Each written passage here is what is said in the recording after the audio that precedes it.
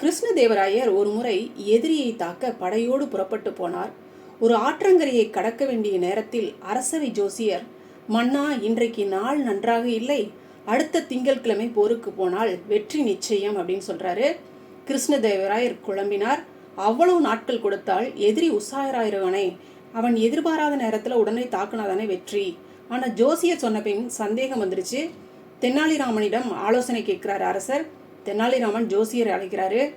எல்லோருக்கும் ஆரிடம் சொல்கிறீர்களே, நீங்கள் இன்னும் எத்தனை நாள் உயிரோடு இருப்பீர்கள் என்று சொல்ல முடியுமா என்று கேட்கிறாரு. இன்னும் 20 வருடங்கள் வாழ்ந்திருப்பேன் என்று ஜோசியர் சொல்றாரு.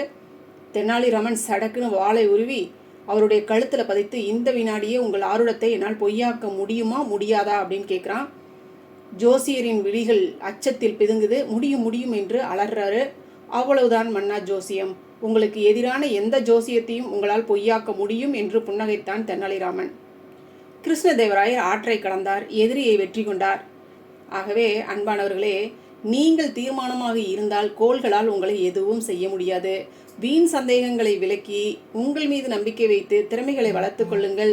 முழுமையான ஈடுபாட்டுடன் செயல்படுங்கள். தானாக கனிந்து வரும் உங்களுக்கு வெற்றி கனிகள்.